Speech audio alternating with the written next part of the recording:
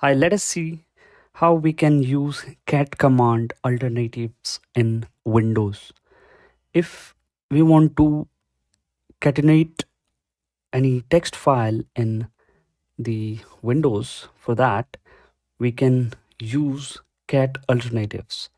Like if we try cat is not recognized as internal or a external command, right? So let's see how we can view the content of a text file if we are inside the Windows and in the command prompt. So first command we can use is type. Type is an alternative of cat, right?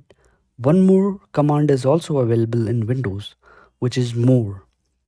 We have to type more, and after more we can type in the text file name.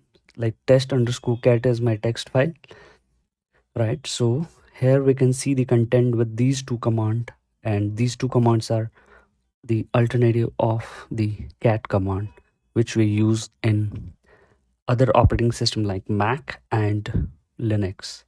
Thanks for watching. Bye bye.